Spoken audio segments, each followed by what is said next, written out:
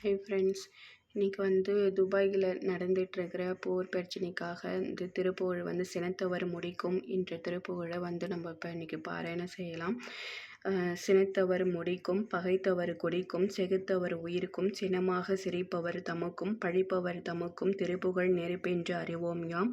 நினைத்தது மலிக்கும், மனத்தையும் முறுக்கும், நிசிக்கரு வறுக்கும், பிறவாமல் நெருப்பையும் மெரிக்கும், பொறுப்பையும் மிடிக்கும், நிறைப்புகழ் உரைக்கும், செயல்தாராய் தனத்தன தனத்தன்